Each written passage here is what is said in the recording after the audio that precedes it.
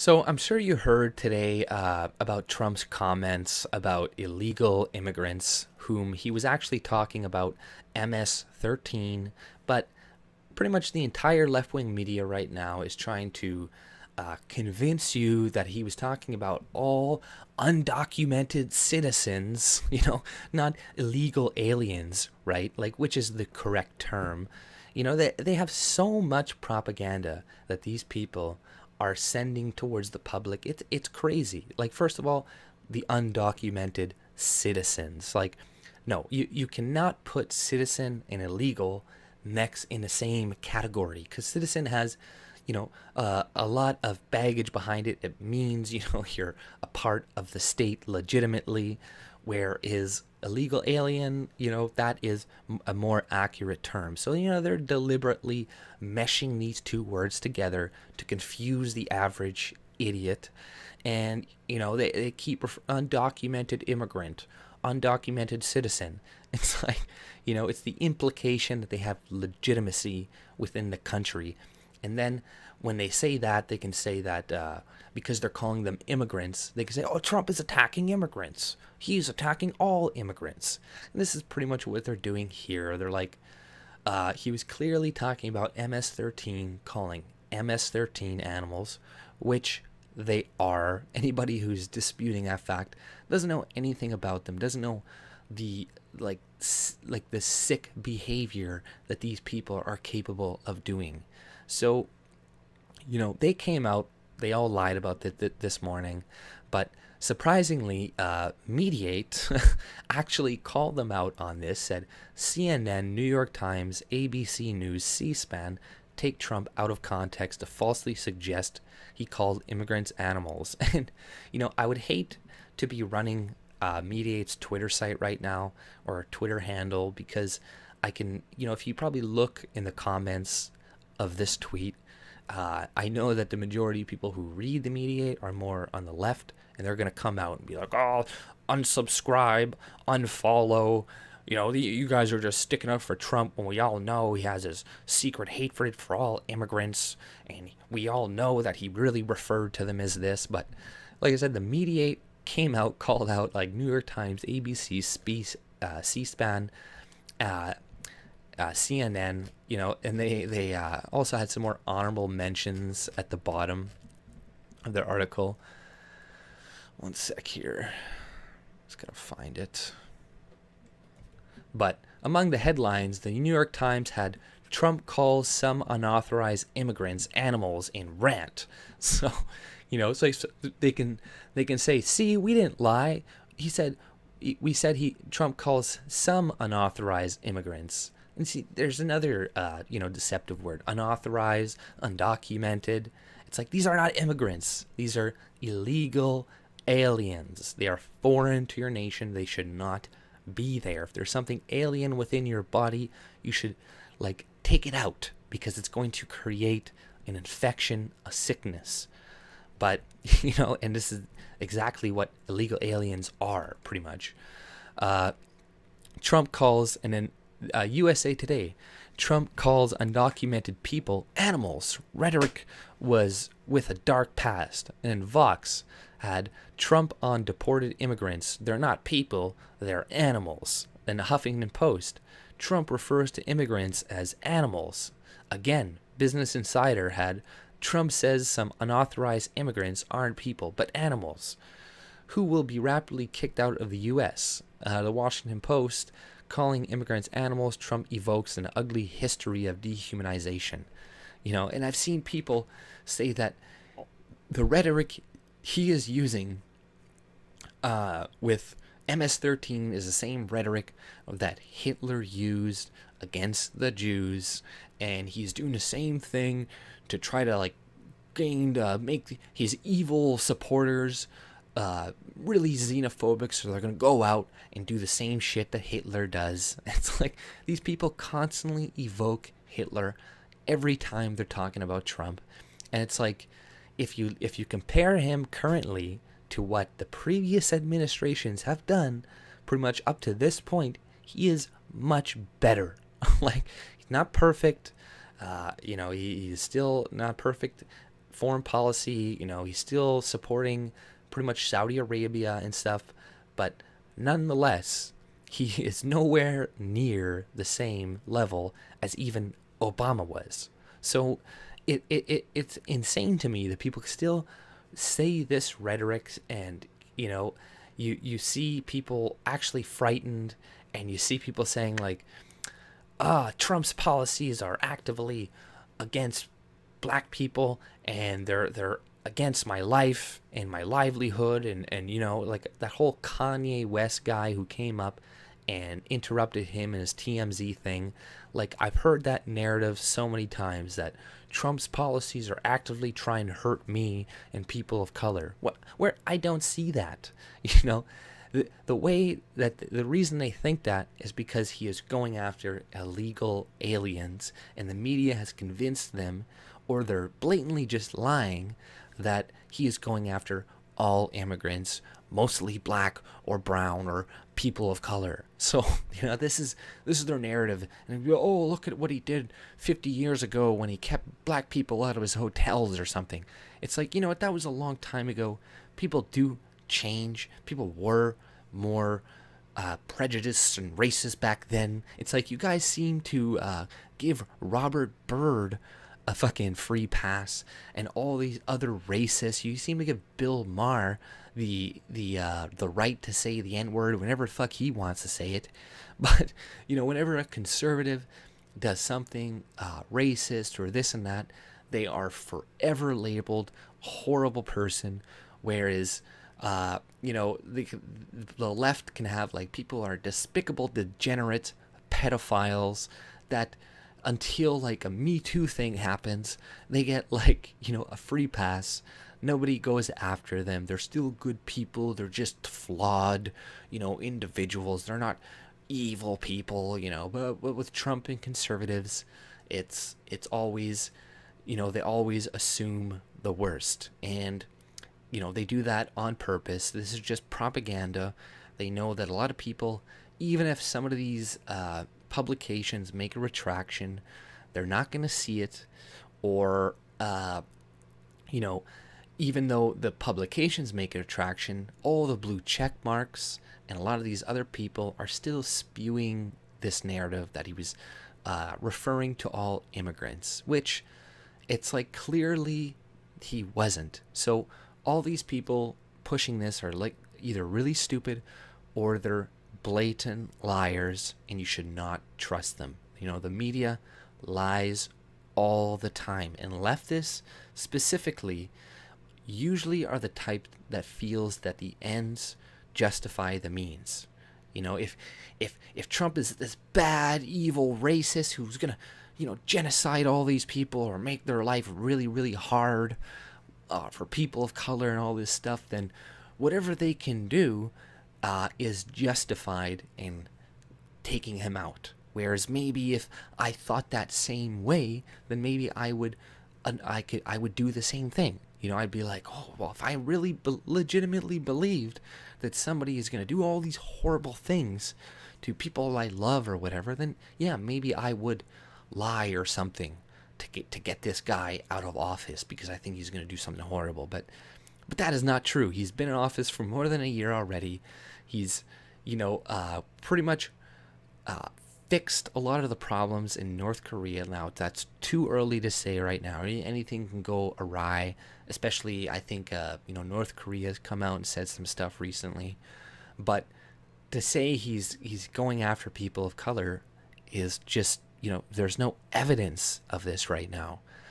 And people think that if you're not specifically helping out and you're not participating in identity politics and being like, okay, well, I'm going to give these people this, and I'm going to give this group this, and give this group this, that you're not helping this community or that community. But what really helps all communities is just for the government to get smaller, for it to get out of your life as much as possible. And when Trump is deregulating things, when he is making it easier for businesses to come to America, he is helping everybody. So this is the point of identity politics. This is why people are against it. There's no point to always pick out groups to say, okay, we're going to help this group for this, we're going to help this group with this. It's better to just help everybody if you can, instead of playing this fucking game. But that is the nature of the system. That is the nature of democracy. And this is why I'm pretty much against the democratic system to a large degree. And yes, it's probably better than it's better than fascism and better than communism and socialism, but eventually democracy does lead to socialism, does lead to communism, because, you know, even with the republic, you see, like, that was the smallest government in history, and it eventually became the largest government in history, because, you know, just little by little, you know, you make concessions. You know, like, okay, well, you know, we'll just raise the taxes 1% because on these rich people, because if we do this, then we can pay for all these great programs, this, and that. But it never happens that way. Usually they get the extra money, they don't spend it correctly, then they say they need more next year. Then slowly and slowly the government gets bigger and bigger and bigger, right? So the best thing for everybody is just to mostly have to worry about yourself. You can come together to make certain decisions occasionally, you know, set certain standards of laws. Okay, we can't do this, you know, applied by pretty much the non-aggression principle, because that is, in my opinion, a good principle, because it applies to many things. Like, that would cover a lot of different regulations. Like, people think, oh, we need to regulate this, and, you know, for pollutants and this and that. But if a company is polluting your water source, right, and you don't have regulations, but you have, everybody goes by essentially the non-aggression principle, then they are aggressing against you, right? Poisoning you and your family, that is aggression against you. And by that time, if you don't stop it, and we've given you warning, you could eventually go there and just shoot the person, right? And that's how you would deal with it, really, honestly, because, you know, if they are knowingly aggressing against you, but how does it work now? They poison. The EPA says, okay, well, you can poison this many people, and, oh, you know, this product's okay, you can throw this in the rivers. And then when they do break the laws, they just have to pay a fine. And they keep doing it anyways, because sometimes the fine that they pay is very small compared to the amount of profits that they're going to make in the long term. So they have no incentive to stop poisoning people, stop killing people, because they just have to pay a fine. But if people were fearing for their lives when they poison people, then they wouldn't do it, because then they would have angry mobs showing up to them, being mad at their water sources being poisoned, and they would take them out.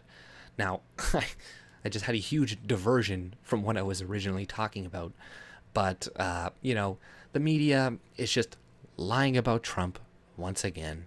Don't believe it. This is another reason to not take them seriously at all with whatever they're talking about.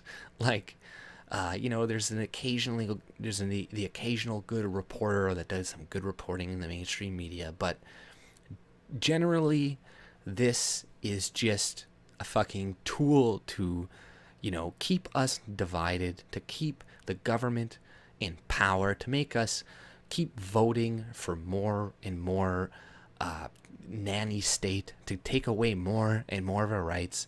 Like, there's literally nothing that these people talk about anymore that is beneficial to your life. Like you think about how much investigative journalism is really going on anymore. Very little, you know, very little. They'll only go after companies and this and that they have an ideological problem with, right? Or they're conservative or something. So they'll go after these ones. But, you know, they're not going to go after things that are actually affecting people anymore. There's no more investigative journalists. There's no more journalists overseas to tell us what's really going on in the Middle East. We're relying on white helmets and all these stupid fuckers that are not credible, right? You know, we need people on the ground, and we need actually reporters not lying about people, because they may think like, yes, this is a propaganda tool, and it does work with a lot of people. But if you keep doing this too much, enough people are going to keep noticing. They're going to be okay. Like, you know, these people are dishonest. I could say the first and second time because I'm kind of biased. Like, all right, maybe it was an accident. They didn't really mean it and all this stuff. But it's just hard to deny it. It's hard to deny that all these people are pretty much working together to push the same fucking narrative. So, you know, and it should spark some red flags, because all these are competing companies. You know, for all these competing companies to go out of their way to work with each other to take out this guy must tell you a lot about the system that he is threatening. You know, how much power that he is threatening just by his existence. He may not even do any of it. Maybe he's controlled by Israel or whatever. But just the fact that he got in an office, all this shit has scared the living shits out of people, is the reason why there's so much fucking censorship going on right now. And like BuzzFeed just recently made an article coming after super chats, and you know, and these were all these, you know, the Worski Live, and I think when they mentioned the Baked Alaska when he had his channel and stuff. But they're going after these things, trying their very best to censor anybody talking about things that they don't want us to talk about. And some of these things that they are talking about, they're trying to censor, will wake people up, and they don't want that. You know, the longer this is why, you know, we got to watch out when the media tells us to, you know, unplug certain medias, because yes, it's good to not be so, you know, enthralled with Facebook and in there with your whole life, and, you know, spend all your time online. But don't let the media feed you their information and no longer get your information from like sites like maybe Twitter or whatever, like these alternative tech sites, because these are still useful tools. And also, you want to keep track with what your government is doing. Like, maybe if we lived in a free society with no government and stuff like that, you could just worry about yourself, worry about your family, and just focus on this shit, and, you know, you'll be fine. But if you don't pay attention whatsoever to politics at all and what your government is doing, then in a matter of time, your country will be completely different than how you thought it was before. Like, you know, look at what Trudeau is doing to Canada. Look at how he is destroying our economy. He's going to change the way Canada looks in the next 20 years, and it's going to look a lot fucking worse. And, you know, this is because people are sleepwalking. You know, they don't care. They're apathetic. We're worried more about their favorite TV show, or their favorite game, Fortnite, or this and that, which is, it's good to have. I'm not saying like, oh, don't ever watch TV shows that entertain you and play games that entertain you. Of course, it's good to have these things, but they want us to focus on this shit. They want us to focus on menial, stupid, benign social issues that mean fucking nothing, that doesn't really bother most people. And, you know, they just try to make it a big fucking deal. And it's like, most Americans are against illegal aliens, whether they are left or right. So it's the very loud progressives that are the one trying to keep them here, right? So, you know, once the media is going to keep doing this, and they're going to continue to lose credibility, because things like the Mediate and stuff, they're going to try to cannibalize them over time and try to get their views, trying to get their viewership or whatever, and try to get some more moderate people over. Or maybe, like I said before, they're just trying to prime you so they can give you some more propaganda later and you'll be more receptive to it. But I think it is the cannibalization, actually, because you know, the media, the way it is, can barely sustain itself, and they are pretty much being propped up by billionaires with tons of money.